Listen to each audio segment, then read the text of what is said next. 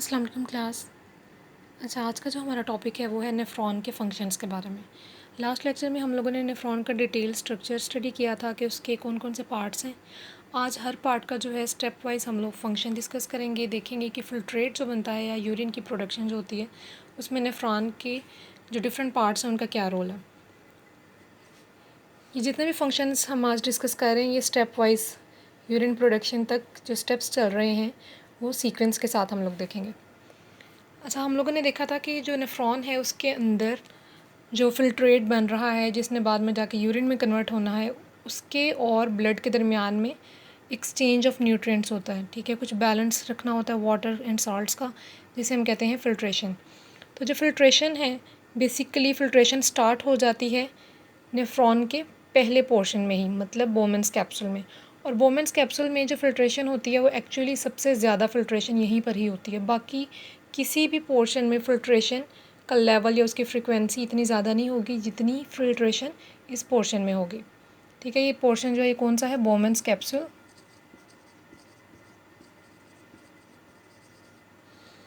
सबसे ज़्यादा जो फ़िल्ट्रेशन होती है it occurs hair in Bowman's capsule. इसकी रीज़न क्या है कि जो ब्लड आ रहा है रीनल आर्टरी के थ्रू और यहाँ पे आके वो कैपिलरीज़ का क्लस्टर बना रहा है।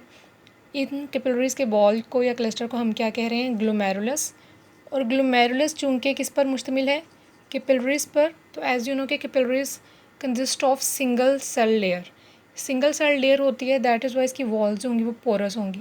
और कोई भी चीज़ जो बहुत थिन होती है और पोरस होती है उसके अक्रॉस डिफ्यूजन या एक्सचेंज का जो प्रोसेस है वो बहुत ईजीली और तेज़ी से होता है। तो दैट इज़ वाई कि यहाँ पर ग्लोमेरुलस की वॉल्स पोरस होने की वजह से फिल्ट्रेशन तेज़ी से होगी। इसके अलावा चूँकि यहाँ पे कैपिलरीज़ बहुत ज़्यादा अमाउंट में मौजूद हैं, तो ब्लड की जो फ्रैक्शन यहाँ ग्लोमेरुलस में पहुँच रही है जो डायरेक्ट कंटेक्ट में है बोमेंस कैप्सूल के साथ, तो यहाँ पे उसका प्रेशर, फिल्ट्रेशन का प्रेशर भी बहुत ज़्यादा हाई होगा as compared to the other parts of nephron. So that are two main reasons that why filtration occurs specifically in this part. ठीक है, most of the filtration occurs in Bowman's capsule,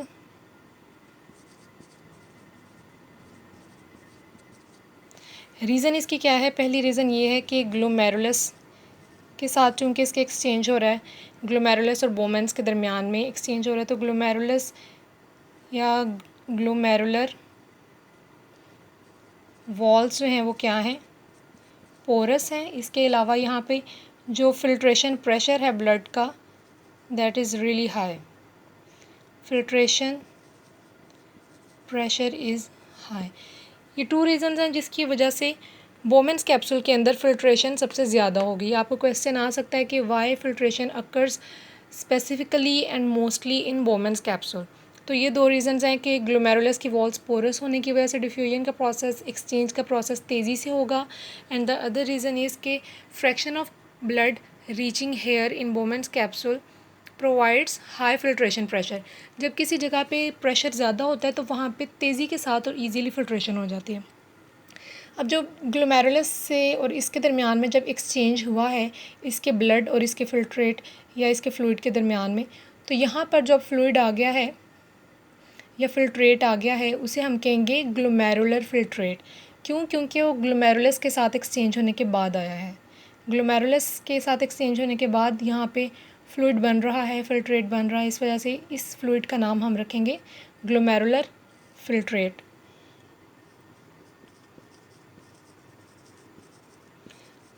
the filtrate occurring in Bowman's capsule after exchanging the materials with glomerulus is known as glomerular filtrate।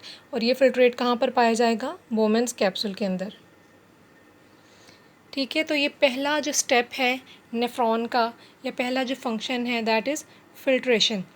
अब यहाँ पर जो बोमेंस capsule के अंदर जो filtrate बना है अब वो सारे का सारा वेस्ट मटेरियल्स पर कंसिस्ट नहीं कर रहा, उसके अंदर अभी बहुत सी यूज़फुल मटेरियल्स हैं। उसके अंदर वाटर है, सॉल्ट्स हैं, अमाइनो एसिड्स हैं, ग्लूकोज है, बहुत से उसके अंदर यूज़फुल प्रोडक्ट्स मौजूद हैं। यानी glomerular filtrate consist of many useful products. In useful products ने बॉडी से बाहर एक्सक्रीट आउट नहीं होना, इन्होंने बैक टू द किडनी आगे जाके रीअब्जॉर्ब हो जाना है।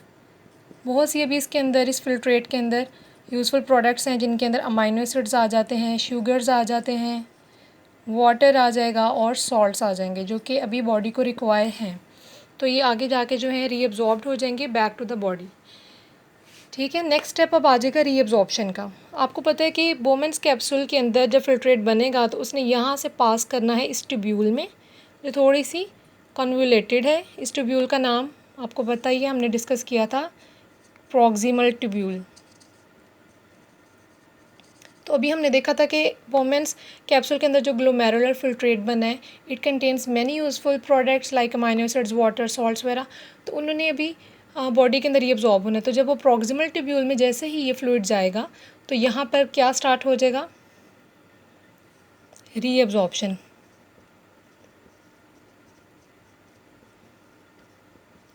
ठीक है, प्रॉक्सिमल ट्यूब्यूल में जैसे ही फ्लूइड जाएगा उसकी रीअब्जॉर्प्शन स्टार्ट हो जाएगी। तो हम कहेंगे कि reabsorption mostly occurs in proximal tubule.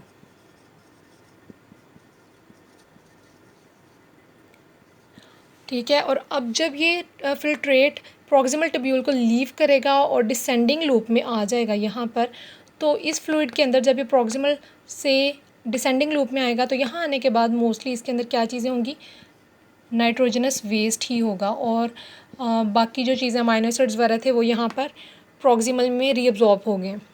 ठीक है, तो जैसे ही वो लीव करेगा यहाँ पर जब आएगा तो इसके अंदर क्या मौजूद होंगे, ज़्यादा यूरिया और नाइट्रोजनस वेस्ट मौजूद होंगे। रीअब्जॉर्प्शन करने के साथ साथ ये जो ट्यूबुलर एपिथीलियम है, ये जो ट्यूब्यूल है हमारी, इसकी ये जो लेयर है एपिथीलियम है, ये स्पेशल किस्म की जो है ना सिक्रीट करती है आयंस, हाइड्रोजन आयंस फिल्ट्रेट के अंदर, ताकि जो फिल्ट्रेट है उसकी पीएच को बैलेंस रखा जाए। तो सिक्रीशन एक और फंक्शन है नेफ्रॉन का जिसमें क्या होगा, रीअब्जॉर्प्शन होगी यूज़फुल सब्सटेंसेस की। इसके अलावा जो ट्यूबुलर एपिथीलियम है वो सिक्रीट करेगी हाइड्रोजन आयंस को। आपको पता है हाइड्रोजन आयंस जब किसी चीज़ में सिक्रीट होते हैं तो उसकी पीएच जो है वो क्या हो जाती है, थोड़ी एसिडिक हो जाती है। तो ट्यूबुलर एपिथेलियम सिक्रीट करेगी क्या, हाइड्रोजन आयंस, ताकि पीएच को बैलेंस रखा जा सके। किसकी पीएच को, फिल्ट्रेट की पीएच को।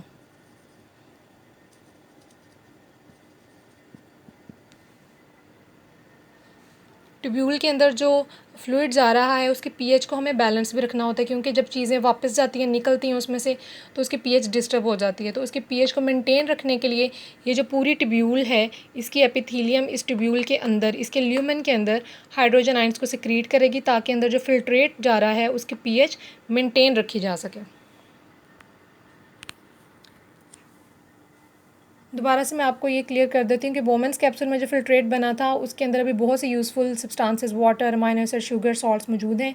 इस फिल्ट्रेट को हम ग्लोमेरुलर फिल्ट्रेट कह रहे हैं।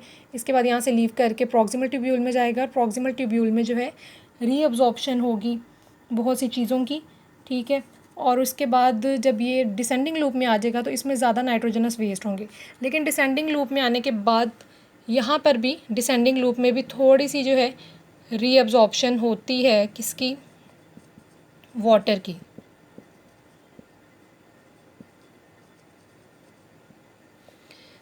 डिसेंडिंग लूप में आने के बाद वाटर की थोड़ी सी रीअब्जॉर्प्शन होती है। जितना इस फ्लूइड में पानी मौजूद है वो सारे का सारा बॉडी से बाहर यूरिन की फॉर्म में नहीं निकलेगा, बल्कि बहुत सा पानी जो है बॉडी के अंदर वापस रीअब्जॉर्ब हो जाएगा।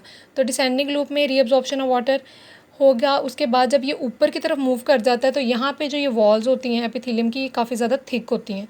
तो इन वॉल्स, ये जो वॉल्स हैं ये अलो नहीं करती पानी को कि वो लीव करे। तो जब यहाँ पर पहुँच जाएगा फिल्ट्रेट तो यहाँ से अब पानी मज़ीद बाहर नहीं जा सकेगा।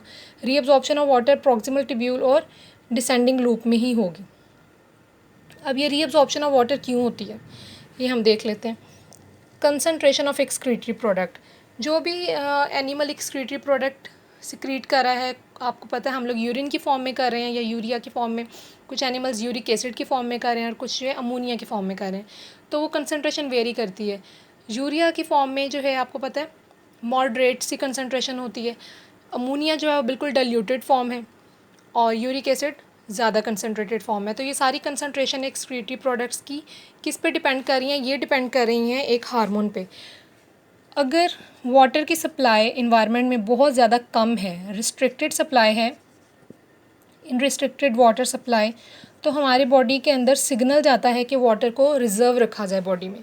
तो क्या होगा कि वाटर अगर ऑलरेडी कम है हमारे एनवायरनमेंट में या हमारी बॉडी के अंदर, तो यूरिन के अंदर फिर इतना पानी नहीं जाने दिया जाएगा और यूरिन या फ्लूइड जो बन रहा है उसे वाटर को रीअब्जॉर्ब ज़्यादा किया जाएगा ताकि बॉडी की अपनी रिक्वायरमेंट पूरी हो। अगर बहुत ज़्यादा पानी यूरिन के फॉर्म में एक्सक्रीट हो जाएगा तो हमारी बॉडी को डिहाइड्रेशन का प्रॉब्लम फेस करना पड़ सकता है।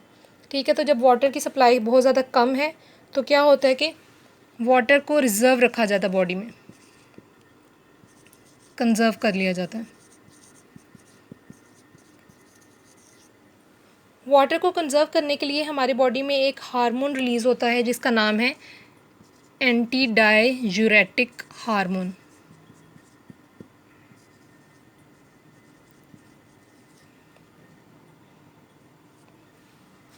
अगर वाटर की सप्लाई या वाटर की अवेलेबिलिटी हमारी बॉडी में बहुत कम है तो पानी को हमारी बॉडी अपने अंदर सेव रखेगी, कंज़र्व रखेगी और यूरिन की फॉर्म में बहुत ज़्यादा उसे एक्सक्रीट आउट नहीं करेगी। तो इस कंडीशन में हमारी बॉडी में एक हार्मोन रिलीज़ होगा ज़्यादा अमाउंट में जिसका नाम है एंटी डाययूरेटिक हार्मोन, जिसे हम एब्रीवेट करके ADHB लिखते हैं। ये हार्मोन कौन रिलीज़ करता है? ये हार्मोन हमारी एक ग्लैंड होती है, पिट्यूटरी ग्लैंड, हमारे ब्रेन में।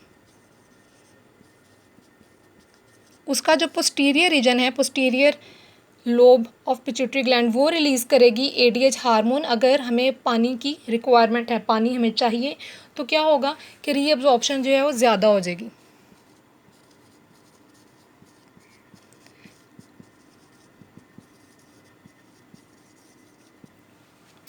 अगर हमारी बॉडी में वाटर की कमी है, पानी हमारी बॉडी को चाहिए, तो क्या होगा कि ये जो फ्लूइड जा रहा है इसमें से पानी को वापस हमारी किडनी खींच लेगी कि वो पानी बॉडी से बाहर खारिज ना हो।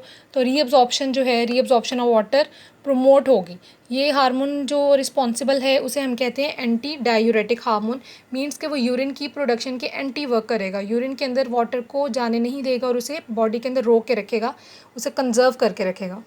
इसी तरीके से अगर वाटर की अवेलेबिलिटी बहुत ज़्यादा है, अच्छा जब इस तरह होगा कि एंटी डाययूरेटिक हार्मोन प्रोड्यूस हो रहा है और वाटर रीअब्जॉर्ब हो गया, तो इसके नतीजे में जो यूरिन बनेगा वो बहुत ज़्यादा क्या होगा, कंसनट्रेटेड यूरिन होगा, क्योंकि पानी इसके अंदर से अब्जॉर्ब कर लिया गया है। अब ये जो यूरिन है इसके अंदर मोस्टली नाइट्रोजनस वेस्ट है और वाटर इसके अंदर कम है।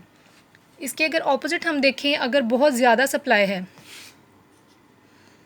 ठीक है, एक्सेस सप्लाई है वाटर की और पानी हमारी बॉडी को इतना नहीं रिक्वायर्ड, तो क्या होगा कि एंटी डाययूरेटिक हार्मोन जो है वो इनहिबिट कर दिया जाएगा, उसकी प्रोडक्शन रोक दी जाएगी, जिसकी वजह से जो रीअब्जॉर्प्शन है, रीअब्जॉर्प्शन ऑफ वाटर जो होनी थी वो भी बहुत कम की जाएगी। ठीक है, अब्जॉर्प्शन या रीअब्जॉर्प्शन ऑफ वाटर जो है वो भी कम हो जाएगी और यूरिन के अंदर वाटर काफ़ी प्लेंटी मौजूद होगा, जिसकी वजह से यूरिन की प्रोडक्शन जो हो रही है वो यूरिन कैसा होगा, डाइल्यूट होगा। ये आपको सेपरेटली एक शॉर्ट क्वेश्चन आंसर के तौर पे भी आ सकता है कि in which way various concentration of excretory product is formed. तो आप लोग बता सकते हैं कि वाटर सप्लाई अगर कम है या वाटर अवेलेबिलिटी कम है तो हमारी बॉडी उसे कंजर्व रखने के लिए एंटी डाययूरेटिक हार्मोन प्रोड्यूस करती है, जो कि वाटर की रीअब्जॉर्प्शन को बढ़ा देता है और यूरिन को कंसनट्रेटेड कर देता है। इसी तरीके से अगर वाटर की अवेलेबिलिटी या सप्लाई काफ़ी ज़्यादा है तो एंटी डाययूरेटिक हार्मोन रिलीज़ होना बंद हो जाएगा, इनहिबिट हो जाएगा और रीअब्जॉर्प्शन भी नहीं होगी, जिसकी वजह से जो यूरिन प्रोड्यूस होगा वो डाइल्यूट फॉर्म में होगा। आई होप इन पहले 4 पॉइंट्स की आपको समझ आ गई होगी। इसके बाद जो पॉइंट है वो है counter current multiplier. Counter current multiplier इसी को रीअब्जॉर्प्शन को ही कहा जाता है। बेसिकली ये जो फिनोमिना है जो हमारी बॉडी में काम कर रहा है, जिसकी मदद से रीअब्जॉर्प्शन ऑफ वाटर हो रही है किडनी की तरफ, उस प्रोसेस को हम क्या कहते हैं, काउंटर करंट मल्टीप्लायर। इस प्रोसेस को हम थोड़ा सा देख लेते हैं कि ये क्यों होता है।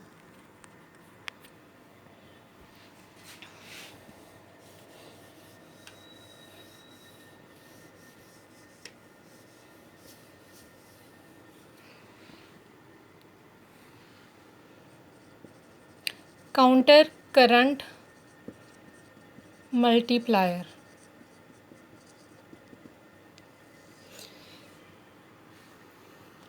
क्या होता है कि जो हमारी किडनी है, किडनी का जो कॉर्टिकल पोर्शन है यहाँ, इससे अगर हम मूव करते जाएं अंदर की साइड पे, यानी कि ये कॉर्टेक्स है और ये मेड्यूला है, तो कंसंट्रेशन जो है यूरिया की वो बढ़ती जाती है अंदर वाली साइड पे, ठीक है। और जब नेफ्रॉन्स ने फिर वो फ्लूइड वगैरह बनाना है तो वो फिर चूँकि कंसंट्रेशन बढ़ रही है तो इस कंसंट्रेशन को कंट्रोल करने के लिए वो क्या करेंगे, वाटर को रिलीज़ करेंगे, वाटर का नेफ्रॉन से आउटफ्लो होगा किडनी में ताकि बैलेंस किया जा सके, ठीक है। कंसंट्रेशन यूरिया की बढ़ रही है, बहुत ज़्यादा कंसंट्रेशन हो रही है, तो इसे बैलेंस करने के लिए जो नेफ्रॉन्स हैं अंदर, नेफ्रॉन से वाटर वापस किडनी में आ जाएगा। यानी कि हमने जो भी पढ़ा है कि रीअब्जॉर्प्शन होगी वाटर की बैक टू द किडनी, ताकि किडनी के अंदर पानी की अमाउंट को बैलेंस रखा जाए। तो इस वजह से होता है कि जैसे जैसे हम अंदर मूव करते हैं यूरिया की कंसंट्रेशन बढ़ जाती है। तो जब यूरिया की कंसंट्रेशन एक खास अमाउंट से ज़्यादा हो जाती है तो हमारे नेफ्रॉन्स जो हैं वो फिल्ट्रेट से वाटर को रिलीज़ कर देते हैं ताकि जो balance of urea and water है वो मेंटेन रह सके। तो इस प्रोसेस को हम कहते हैं काउंटर करंट मल्टीप्लायर। इसकी डेफिनेशन अगर हम देखें तो इसकी डेफिनेशन होगी ग्रेजुअल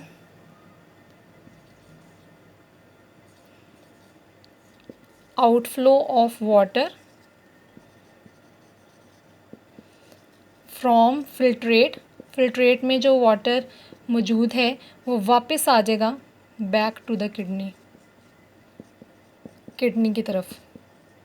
और रीज़न यही है कि यूरिया की कंसंट्रेशन बहुत ज़्यादा हो जाती है as we move from cortical region to the medullary region. तो इसकी वजह से ये एक स्टिमुलस के तौर पे काम करता है और जो फिल्ट्रेट के अंदर पानी मौजूद है वो वापस किडनी में आता है ताकि बैलेंस रखा जा सके वाटर एंड नाइट्रोजनस वेस्ट का। और ये काउंटर करंट मल्टीप्लायर हो कहाँ पे रहा है, अगर आप इस तरीके से ये लूप देखें हमारे नेफ्रॉन का, ये वाला लूप कौन सा है, डिसेंडिंग लूप, और ये वाला लूप कौन सा है, असेंडिंग लूप। तो जो काउंटर करंट मल्टीप्लायर है वो वर्क करेगा डिसेंडिंग लूप में। और यहाँ पे जो है मोस्टली जो रीअब्जॉर्प्शन है वो प्रॉक्सिमल ट्यूब्यूल में होगी और इसके नीचे जब डिसेंडिंग लूप में आएगा तो यहाँ पर भी रीअब्जॉर्प्शन ऑफ वाटर होगी। लेकिन जैसे ही यहाँ से वो ऊपर की तरफ फिल्ट्रेट मूव करेगा, अब रीअब्जॉर्प्शन ऑफ वाटर यहाँ पे रुक जाएगी।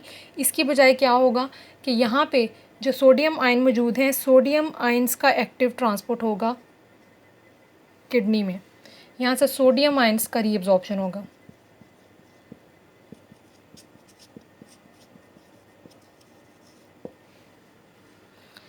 ठीक है, डिसेंडिंग लूप के अंदर जब फिल्ट्रेट आएगा तो उसके अंदर से अब जितना भी वाटर चाहिए, कुछ तो प्रॉक्सिमल ट्यूब्यूल ने रीअब्जॉर्ब कर लिया था, अब यहाँ पर आने के बाद दोबारा से रीअब्जॉर्प्शन ऑफ वाटर होगी बैक टू द किडनी। अब यहाँ पर असेंडिंग लूप में जाने के बाद उसके अंदर ज़्यादा से ज़्यादा नाइट्रोजनस वेस्ट मौजूद है, पानी कम मौजूद है, इसके अलावा कुछ सॉल्ट्स मौजूद हैं जो अभी किडनी को चाहिए, तो यहाँ पर वो सॉल्ट्स हैं वो निकलेंगे।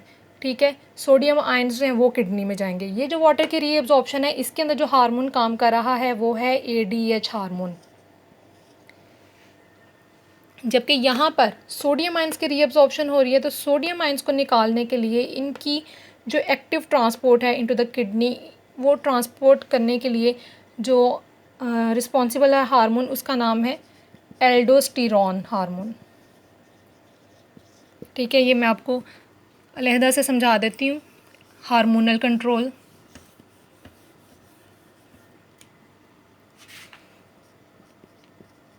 ठीक है, ये सेपरेट एक पॉइंट है hormonal control in the kidney. 2 types of hormones are responsible in kidney. पहला है ADH या anti diuretic hormone. Anti diuretic hormone कहाँ से प्रोड्यूस हो रहा है, पिट्यूटरी ग्लैंड से, और इसका काम क्या है कि ये वाटर की रीअब्जॉर्प्शन करता है।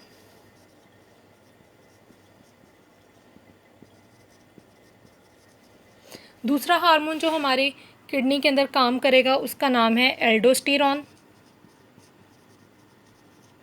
एल्डोस्टेरॉन हार्मोन कहाँ से रिलीज़ हो रहा है, हमने जब किडनी का स्ट्रक्चर पढ़ा था तो देखा था एड्रीनल ग्लैंड। ठीक है, इस तरीके से हमने जब किडनी बनाई थी तो उसके ऊपर एक ग्लैंड बनाई थी मैंने जिसका नाम क्या था, एड्रीनल ग्लैंड। एड्रिनल ग्लैंड के भी आगे से पार्ट्स होते हैं। तो एड्रिनल ग्लैंड का जो कॉर्टेक्स रीजन है ये वहाँ से सिक्रीट होगा। एल्डोस्टेरॉन कहाँ से सिक्रीट होगा? एड्रिनल ग्लैंड के कॉर्टिकल रीजन से। एड्रिनल कॉर्टेक्स एल्डोस्टेरॉन हार्मोन को रिलीज़ करेगा और इसका काम क्या है? इसने करना है ट्रांसपोर्ट सोडियम आयंस को, actively transport sodium ions back to the kidney.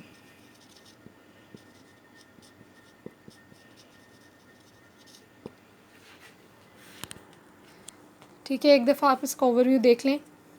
Functions of nephron हम लोगों ने पढ़े हैं। सबसे पहले स्टेप पे क्या होगा कि फ़िल्ट्रेशन होगी।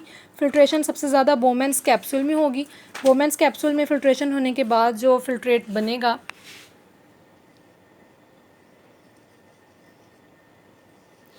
यहाँ पे जो फ़िल्ट्रेट बना था उसका नाम था ग्लोमेरुलर फ़िल्ट्रेट। उसके बाद ये प्रॉक्सिमल ट्यूब्यूल में जाएगा। प्रॉक्सिमल ट्यूब्यूल में रीअब्जॉर्प्शन होगी सबसे ज़्यादा और उसके बाद डिसेंडिंग लूप में आ जाएगा। फ़िल्ट्रेट जैसे ही डिसेंडिंग लूप में आएगा यहाँ पर रीअब्जॉर्प्शन ऑफ वाटर कंप्लीट हो जाएगी और यहाँ पर आने के बाद ज़्यादातर इसके अंदर नाइट्रोजनस वेस्ट ही मौजूद होंगे। ये जो रीअब्जॉर्प्शन ऑफ वाटर है बैक टू द किडनी, इसके लिए जो हार्मोन रिस्पॉन्सिबल है उसका नाम है एंटी डायूरेटिक हार्मोन। इसके बाद ये असेंडिंग लूप में चला जाएगा जहाँ पे ट्रांसपोर्ट होगी सोडियम आयंस की किडनी में। इसके लिए जो रिस्पॉन्सिबल है हार्मोन दैट इज़ एल्डोस्टेरॉन। ठीक है, और ये दोनों हार्मोन्स जो हैं ये मुख्तलिफ ग्लैंड्स पैदा कर रही हैं और उनकी मदद से जो है पूरे का पूरा रीअब्जॉर्प्शन का फंक्शन जो है वो इन पर डिपेंड कर रहा है। इसके अलावा एक और पॉइंट है कि जो हमारी किडनी है, जितने भी मैमल्स हैं उनकी जो किडनी है वो जो आपका ग्लोमेरुलस में जो फ़िल्ट्रेट बनता है उसके अंदर इस टाइम जितना वाटर होगा उस वाटर का तकरीबन 99.5% रीअब्जॉर्ब कर लेती हैं इस पूरे प्रोसेस में। यानी कि यहाँ पर जो फ़िल्ट्रेट की कंसंट्रेशन थी एंड तक कलेक्टिंग ट्यूब्यूल में जाने तक उसकी कंसंट्रेशन जो है वो चेंज हो गई होती है। जब फ़िल्ट्रेट सारे का सारा कंप्लीट हो जाएगा, उसकी रीअब्जॉर्प्शन, सोडियम आयंस की रीअब्जॉर्प्शन, तो एंड पे जाने के बाद वो यहाँ पर इकट्ठा हो जाएगा जिसे हम क्या कहते हैं, इस ट्यूब्यूल या डक्ट को कलेक्टिंग डक्ट। इसके अंदर कलेक्टिंग डक्ट में आने के बाद हम उसे यूरिन कह सकते हैं। तो यहाँ ग्लोमेरुलर फ़िल्ट्रेट में जो वाटर की कंसंट्रेशन थी उसके 99.5% तक हमारी किडनी, मैमल की किडनी रीअब्जॉर्ब कर सकती है उसमें से वाटर। यानी यहाँ पर बहुत ज़्यादा डाइल्यूटेड था फ़िल्ट्रेट, यहाँ पर आने के बाद उसकी कंसंट्रेशन बहुत ज़्यादा हो जाती है। आज का टॉपिक यहीं तक है। आज हमने फंक्शंस ऑफ नेफ्रॉन डिस्कस किए हैं। अब नेक्स्ट जो है इंशाल्लाह हम लोग किडनी के मुख्तलिफ डिसऑर्डर्स हैं वो डिस्कस करेंगे जिसमें स्टोन्स हैं, उनका क्योर और उनकी ट्रीटमेंट।